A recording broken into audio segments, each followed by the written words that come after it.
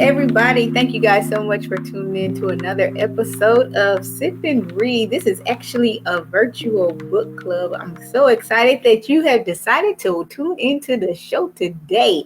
You know why? Because we're getting close to y'all. We are doing it. We are almost at the end. We are on chapter 9. So we're going to be talking about becoming accountable. And we have one more chapter left. So if this is your first time ever tuning into the show, thank you so much. If you could go ahead and share this video now, share. Sharing is caring, so that other individuals can also learn how to become accountable in the relationships that they are in. The book that we are discussing is called Choosing God's Best. Dr. Raunikar is the author, and he's actually trying to move the readers from dating to courting. So that's actually what we've been talking about for like the last 9 weeks. If you have not been able to catch up on the episodes, make sure you visit the description box and go to my YouTube channel, which is in the description box, and the link is in the description box. So you can actually catch up on all of the episodes on my YouTube channel, which is Martinique the Storyteller. Also, follow me on Instagram, Martinique the Storyteller as well. If you truly enjoy the shows that I have created, make sure that you go ahead and visit my GoFundMe campaign. That will really help me to continue to produce shows like this. And any financial gift is a blessing to me. $5, $15, $100. That will really just continue to help me to continue to produce these shows. Now, the way that we make this show a lot more interesting and interactive is when you post your questions and comments in the comment field, and then I can actually bring it up on the screen so everybody can see your comment and we can talk about it. Another thing is we are going to be starting our new book, which is April 9th, and the name of the book is called Girl Boss. So now, if you haven't purchased your book yet, that's okay. You still have time. The link is in the description box as well. I know that we have a lot of people that watch the show that are entrepreneurs, and you do not have to be a female to be a part of this book that we're featuring. Long as you're just trying to learn new things, then this book is going to be for us. So I'm really excited to start this book April 9th. So that's why I'm promoting it now and telling people about it now so they can go ahead and start reading it so that they can actually join in on the discussion. So, like I said, we're talking about choosing God's best. Chapter 9, becoming accountable. Now, I know a lot of people, when they hear about accountability, they're like, I don't want nobody in my business. They don't need to know all that. I'm grown. I know. We know you are all of those things and above. But having an accountability partner is actually going to help us, one, to strengthen our relationship with God. Also, help us to have somebody in our life that is actually going to challenge us when we are doing things that are not of God, as well as just be that encouragement and that support system that we need in our life. So one thing with accountability partners, in the book, Dr. Raunikar, although this is a book for courting, and we are preparing ourselves as singles for that individual, or even let's say that God decides, Martinique, I don't want you to be married at all, but I can still be laying my groundwork to still be more like Christ. And so that's what Dr. Raunikar really wants us to focus on, is our identity in Christ. And if God has in his will for us to be married, then he will bring that individual along for us to meet. So that's pretty much like the synopsis of the book, but there's a lot more to the book. So I do have the link in the description box of where you can purchase that Choosing God's Best from Amazon. And I think I don't really do it justice, just by watching these episodes, because I'm just giving a summary. But if you really want to learn the nuts and bolts of courting, it's really going to be a benefit to you to be reading the book, as well as if you're in a relationship with somebody and you really want to start courting, and really just get out of that mindset of dating, then I think it would be beneficial for both of y'all to read that book, because it's some challenging things in there that can help you guys really just grow as a couple, as well as growing your relationship with Christ. And I think another thing that the book does to challenge us is, if we are in a relationship with somebody, maybe God has already been speaking to your heart about, this is not the one for you. And I think that we have to have that boldness, to be open and honest with somebody that we're with, because I'd rather a guy tell me now before I'm married to him that he doesn't really feel that God has called us to be together. Break my heart now. It's okay. I'd rather you tell me the truth rather than you live in a lie because you think that you don't want to hurt my feelings. I'll get over it. People, we are stronger than what we think. But I do just challenge you to just follow what God is telling you to do in your relationships, because we have to always remember that God truly does have our best interests in mind, but he's not going to force anybody to do anything, So let's get into this. So Dr. Raunikar always opens up with a principle. So we're actually on principle 6, and it says, have an accountability couple.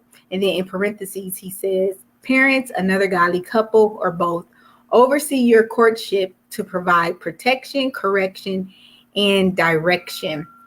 So he's actually coming from Proverbs chapter 12, verse 15. And it says, the way of a fool seems right to him, but a wise man listens to advice.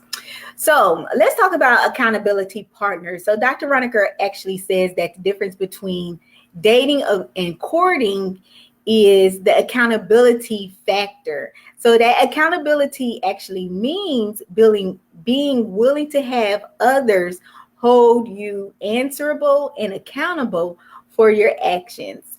So now, when I was in seminary, I actually had a couple of women, and we actually were accountability partners. And so I got a list off of Google, because if you just Google questions to ask your accountability partner, they have multiple lists that you can actually pull from. And I think that that's beneficial, because sometimes, especially when you're on the phone with somebody that the conversation can actually veer off track. So that's why these questions are actually good, so that it's going to really just help you to stick to the purpose of your phone call, And so we was actually just asking each other these questions, and it was helpful because with that, we learned each other's struggles. And another thing that Dr. Raunikar teaches is that you don't want to have your accountability partner be somebody of the opposite sex, because if you struggle with lust, if you struggle with, just like fantasizing and things like that, you don't want this guy, you don't want this person of the opposite sex to know those type of struggles that you have, because it's not beneficial for you, and it's also not beneficial for him or her, because what if they start to fantasize for you, things like that. So you really just want to get away from those things. That's why you really want to have somebody of the same sex. So like I said, it was really helpful to have it was actually 4 of us total. So it was 3 other young ladies, and they were really just helpful in praying with me, and we just prayed for each other and really just talked about like some of the ways that we could prevent some of those temptations, as well as our pitfalls that we would be discussing each week. And so in the beginning, we did start every week, but then it just became, too much. So I think we dropped off to 2 times a week, and it was a lot better. So, like I said, accountability means that you are being willing to have others hold you answerable and accountable for your actions. So how do you guys feel about that? How do you feel about a person in your life that holds you accountable during your courtship process? Do you think that that is something that you and your significant other will benefit from, or do you feel like this is just a stupid idea altogether? And also, I would like to ask, have you ever tried having an accountability partner, and how has that worked out for you? So, the role of a person or couple holding you accountable should be threefold. So, Dr. Raunikar mentions that one, these individuals, when I say these individuals, I'm meaning the person or couple that's holding you accountable. So they should actually express affirmation or concern about your choice of a partner in a courtship. Now, I thought that that was good because, you know, when you feel like you just really into somebody, then that's when you really don't want to hear anybody else's opinion of that person. And so that's what Dr. Raunikar is just trying to prevent, because that's why he wants these, your potential mate to be introduced to your accountability partners before you go into that courtship process. And because you should not be at that stage yet where you're just deeply in love with that person yet of the courtship process. I'm just telling you what Dr. Raunikar is, trying to get at. But the second one is the role of your accountability partner is to oversee the courtship process in your life. The third thing is become accountable for the spiritual, emotional, and physical progress of your courtship. So I just wanted to show you guys a picture, because what we've been doing is probably about every other chapter for the last, I'll say 5 chapters, there's actually been a process that Dr. Raunikar has been wanting us to follow. So I'm going to show it to you guys now. So if you look at this, we're actually in phase 5. It says courtship and accountability. So spiritual commitment. Begin the process of becoming one spiritually. Spend one-on-one time together through shared prayer time and church attendance. Commit your courtship to glorifying Christ and helping each other grow in Christ. So now that lighter gray part that you see, it says emotional commitment. It says begin pre-engagement counseling. Seek your parents or other godly counsel to hold each other accountable. Discuss and write down boundaries and limits of relationship. Increase one-on-one emotional time together. That's good. We get to increase our emotional one-on-one time together. So physical commitment. Listen to this, y'all. So it says side hugs, holding hands, and short kisses. Only limited cuddling. Can y'all do that? So time alone, it says 80 hours. Now with the 80 hours, that's the thing that I don't like about this book. He doesn't say like if this 80 hours is what. He doesn't say like what's the time spent on that 80 hours. So I don't know, is it a month?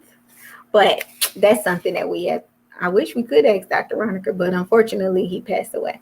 So that's actually the additional information for that particular phase that we will actually be in. So Dr. Raunikar then moves on to talk about the most frequently asked questions in regards to guidelines for the role of an accountability couple or person.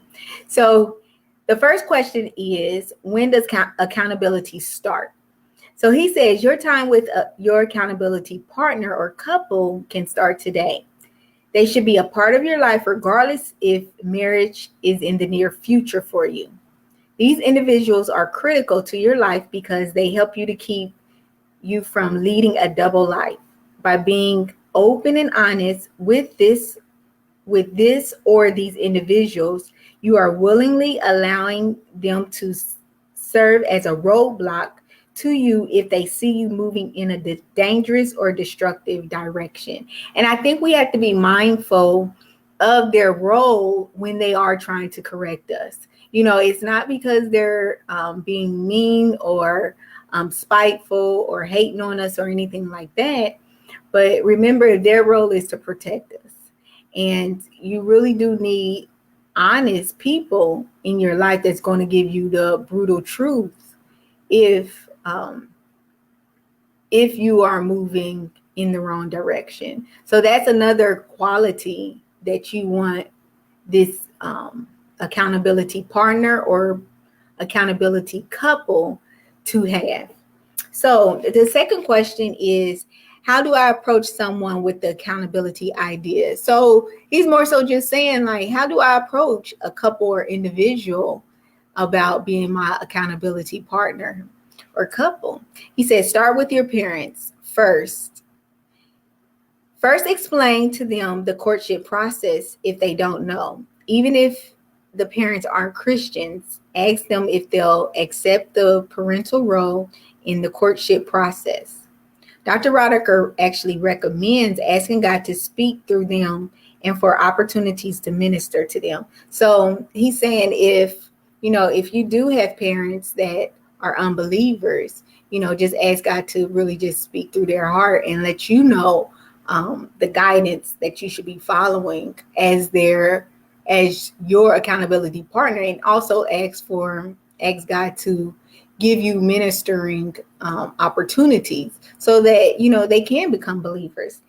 He said, if your parents do not want to or can't accept this responsibility of being an accountability partner, ask God to give you direction in finding a godly married couple that can perform this role. This couple should have a successful marriage and is gifted in wisdom and discernment. And when I read that part, I was just wondering, how do we truly know when a marriage is successful? Is it only based off of what this couple allows the public to see?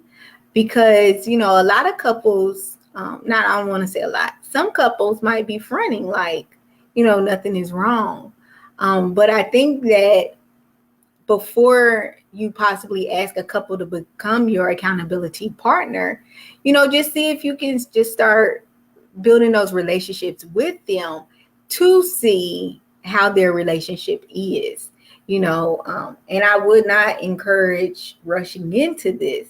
And so that's why, Dr. Raunikar is really encouraging readers to be prayerful of who should be their accountability partner. So Dr. Raunikar also shares, if your parents live too far away, ask them what they are willing to do to stay involved in the courtship process, but still try to get a couple that lives in your same area. Dr. Raunikar also shares to encourage your parents that actually lives in a different location, and with your accountability couple that lives close by, really just encourage them to actually talk on the phone and figure out what roles they want to play as your parental accountability partners. And I thought that was kind of interesting. I'm not sure too many people will actually do that, but I think that that's a good suggestion. But it doesn't hurt to ask. So other things that Dr. Raunikar shares when parents live in a different city or state is your parents should meet or at least talk to your potential mate on the phone before the courtship process begins. And I kind of think that will go without being said. I'm just wondering, what do y'all think? Do you think that when your parents live in a different state, if you were considering somebody to court, I would think that you would be talking about this person already. And I think that it will just become a lot more serious when, let's say that you did a video chat, just had all of you guys come together and meet each other through video chat. I think that a parent would say, oh man, my child is serious, now, especially since they, orchestrated all of us to come together and meet like this. So, but you tell me what y'all think. Do you think that that's realistic, that people would, that a child would not have their parent meet them? I guess if they didn't have a good relationship with their parent, then it really wouldn't be important for their parent to meet, because they're really, not anybody important in their life. So I guess that's maybe why Dr. Raunikar felt like he needed to mention that. Something else that Dr. Raunikar shared that I thought was important was on page 182. So Dr. Raunikar actually says, a family or families in the church should adopt singles as their own, just as Naomi did when she took Ruth with her from Moab. Married couples in the church should look upon this as their responsibility, a calling from God. If widows may be cared for by the church, 1 Timothy 5, single women in particular should be cared for by the church. These principles need to be adopted not only by individuals, but by individual churches. Now, I actually used to go to church in New Orleans, and I love that church. Shout out to Franklin Avenue Baptist Church. I love that church. So with what they actually had was a marriage ministry, that a part of that ministry had a group of couples that would mentor younger couples. And I thought that was such a great idea. I've never been to a church that had those type of opportunities for relationships to form. And I just thought that that was so good, that it really just shows you how much that ministry felt that the importance of veteran couples being there for these new couples. And I just thought that that was really good. I wanted to be a part of it, even though I wasn't in a relationship, just so I could begin learning, like the do's and don'ts of marriage. I thought that that would be cool, but I didn't get into it. So anywho, but it says, what specifically does an accountability couple do? So now that's the third question that Dr. Raunikar actually was asked frequently. Exactly what is the responsibility of an accountability couple or person? So he says, if the whole point of accountability is to be open and honest with another person and to be receptive to their advice and insights, then this will require you to initiate opportunities for your accountability couple to spend time with the person you hope to marry. You must include your potential mate in many of the normal activities of home life with your parents or accountability couple. For example, eating meals together, family time, ministry involvement, entertain together, attending church, working the yard, washing dishes. In a similar fashion, your parents or surrogate parents would commit themselves to initiating opportunities to be with you and your potential mate. And just from reading that section, I really felt that both parties need to be serious about this, because you are actually scheduling this time together, when you're, doing family time or the attending church, working in the yard and things like that. And I just feel like it has to be important to both individuals, to all parties for this to work, because you can't tell, your potential mate, oh yeah, well, we're going to be eating at such and such time, and I'm not talking about people that, maybe they're just getting off of work and they come late or something. But, if this person doesn't feel like this is important to them, then they're going to be lollygagging and making excuses of why they can't come, or even, come late and things like that. And I think that I feel like you have to be mindful of those things, because I just feel that if not only if it's important to me, I would love for this to be important to him as well, but what if he doesn't feel like it's of high importance? Do you think that is reflective of how he will treat some of my interests, or if I could depend on him? Like, since he's not following through with the things that he says he's going to do, like being on time and things like that. So I'm just wondering that. I just thought about that. But you let me know. What do you think? Do you think I'm like reading too much into it? But I just feel that both parties really have to be committed to this for it to work, because everybody is busy. Everybody has different things that they're doing. And so, like I said, in order for this to be successful, I feel that all parties involved need to be committed to it. So he says, in addition, the single man should ask the parents or surrogate parents to hold him accountable in the following areas.